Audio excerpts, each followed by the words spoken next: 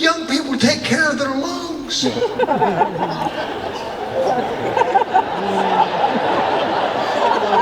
How many of y'all rode on your bicycle behind the Mosquito truck?